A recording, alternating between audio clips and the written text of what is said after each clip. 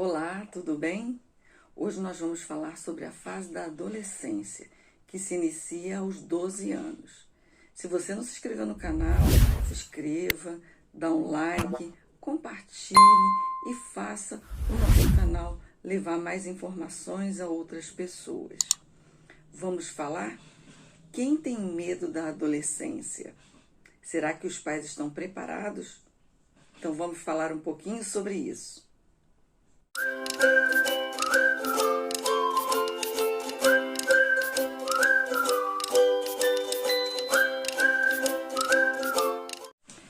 Bom, por volta dos 12 anos, a criança chega na fase da adolescência.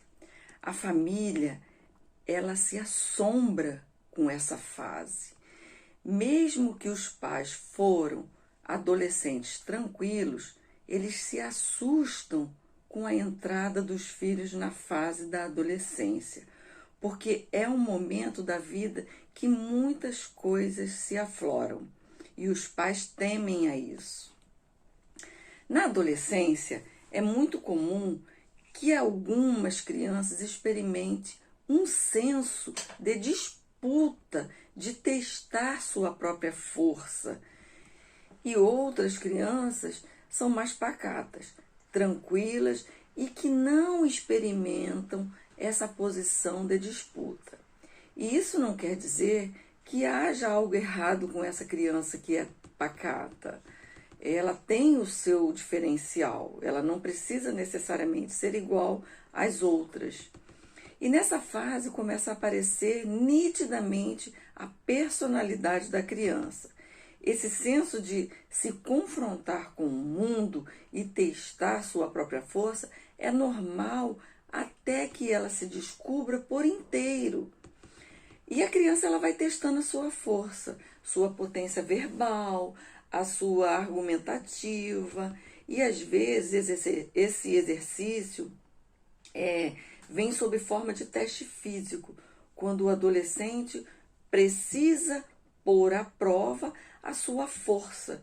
E aí acontecem as brigas, as discussões na escola, no futebol e principalmente no seio familiar.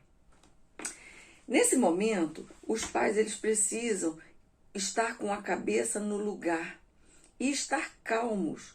Precisam saber que essa fase é normal no desenvolvimento da criança, que provavelmente vão apresentar alterações no comportamento e não há nada errado nisso. Eles têm que entender e que devemos prestar atenção quando isso começa a ficar errado, quando a criança age de forma muito diferenciada, como por exemplo, falta de respeito com todos,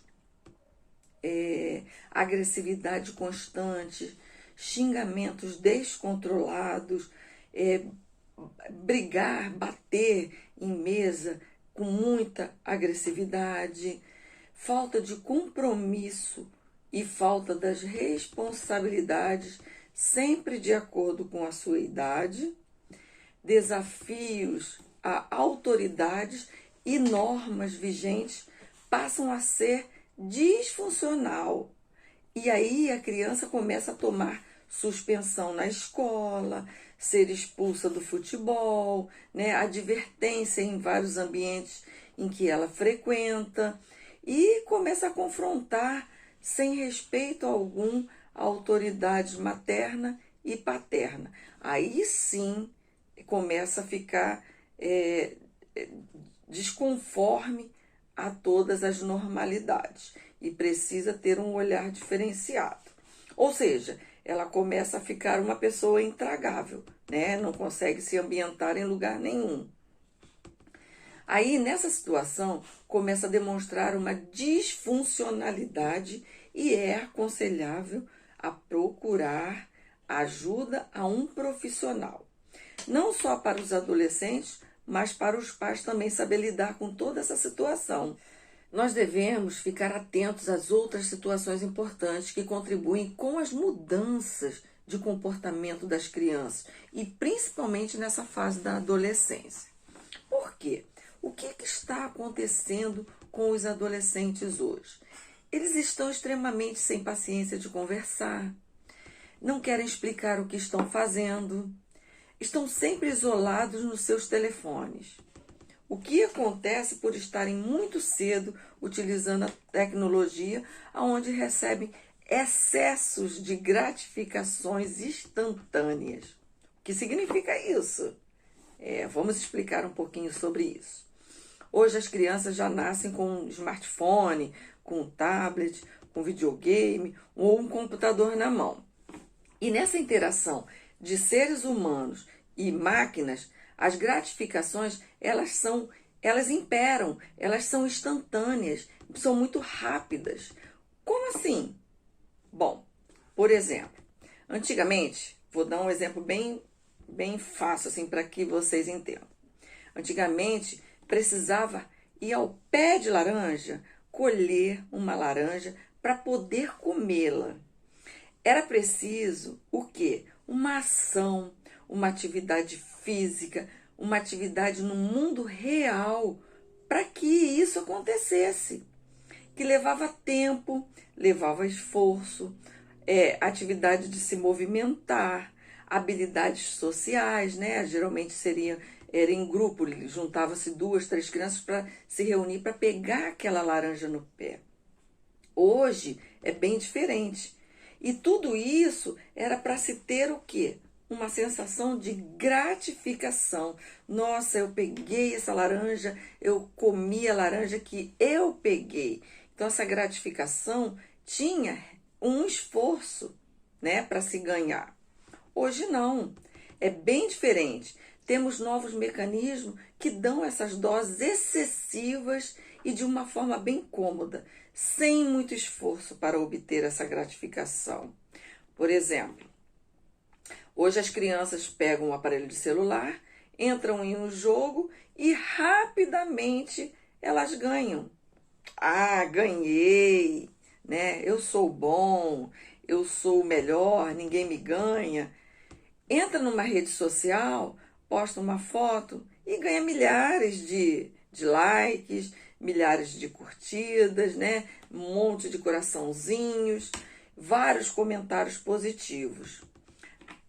Se você pensar, não há mal algum nisso, desde que seja dosado para não ter algum tipo de prejuízo futuro.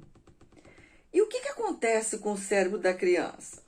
Cada vez mais que a criança ou adolescente ele fortalece o lado que sempre acerta, que não erra nunca, e isso é ruim para uma formação de personalidade, nós queremos sempre ensinar, educar a criança e, sem perceber, colaboramos com esse excesso de elogios que acaba atrapalhando na formação da personalidade dela. Por exemplo, a criança pequena começa a fazer desenhos. Aqueles desenhos que só ela define o que é, né? Faz lá um rabisco e fala que é uma casa. Aí nós olhamos para o rabisco e falamos assim: nossa, que lindo! Parabéns! Maravilhoso! Né? E ali não está representando nada, só ela sabe o que aquilo está representando. Na verdade, o rabisco não pode ser lindo, o rabisco não pode ser maravilhoso. E todo mundo faz isso, né? É um instinto, né, de agradar a criança. E a criança fica fora daquela realidade, né? Nós, com essas atitudes, tiramos a criança fora da realidade. Sabemos que não é por mal, mas a melhor forma de se incentivar aquele rabisco é falando assim: ah, que é isso? Ah, é uma casa? Ah, ficou bom, mas quando você crescer, você vai melhorar. Esse desenho vai ficar melhor, vou entender melhor. A mamãe não está entendendo, mas não está ruim, entendeu? Nós temos que agir de forma assim, não falar que é lindo, maravilhoso. Isso é um elogio que não existe naquele desenho, naquele rabisco. Nós podemos falar assim: tá bom, ficou bem legal, mas com o tempo você vai aprender a fazer melhor, sempre dando a entender à criança que não é sempre perfeita, que nem sempre ela acerta, porque se ela se conscientizar que é perfeita, nunca mais vai aceitar nenhum tipo de correção. E isso é para a vida toda. É na infância que a criança aprende a formar sua personalidade para a vida adulta. Os pais precisam ficar atentos quanto ao excesso de elogios e de incentivos de uma beleza ou de um acerto que às vezes não existe. Então, é preciso fazer com que a criança viva os dois lados, o lado da satisfação conquistada por ela mesma e os seus esforços de acordo com a realidade do mundo, não através do olhar dos pais e nem apenas da tecnologia.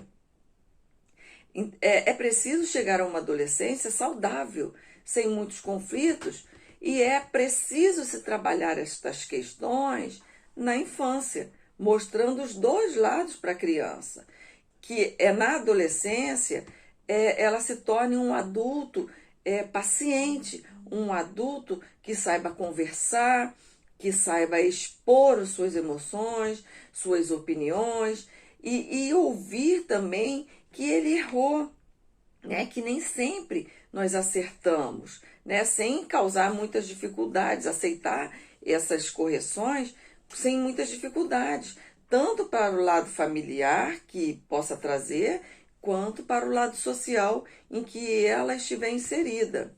É preciso ensinar a criança a entender que todos nós temos os acertos e temos os erros, e que esses erros podem ser corrigidos sim, eles podem ser ensinados por alguém que tenha maior conhecimento que ele.